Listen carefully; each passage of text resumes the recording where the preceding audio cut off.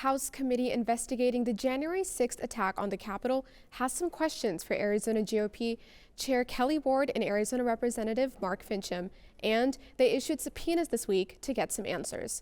Alexia Stanbridge has the story from our Washington bureau.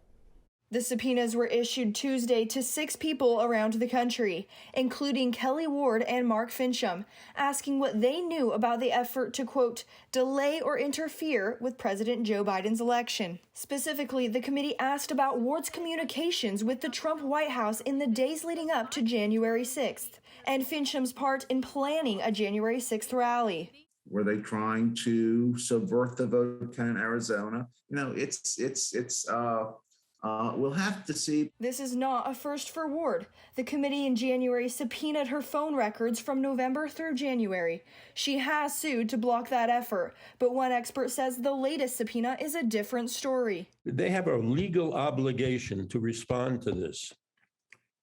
There's nothing more to say about it. This is a legitimate committee of the United States House of Representatives. They have the right to subpoena people. Committee Chairman Benny Thompson said in a statement that the panel has already heard from 550 witnesses and that, quote, we expect these 6 individuals to cooperate. Bender agrees, saying it could help the committee prevent another January 6th. They want to get information, I hope, that will help them decide whether there's any way they can try to prevent that by enacting legislation of one kind or another. But Coleman is not so sure they will comply, noting that resisting the subpoenas could play well with those Republicans still focused on the 2020 election. I wouldn't be surprised if they try to fight it in some way.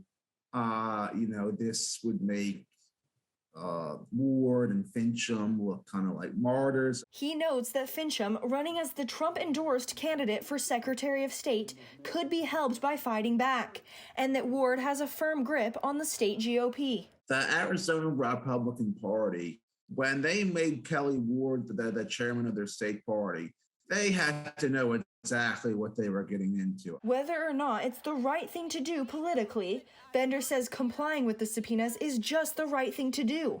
I think it is in the country's best interest, is in Arizona's best interest, is in the interest of people in the country that they comply with subpoena unless they have a legal reason not to. In Washington, Alexia Stanbridge, Cronkite News.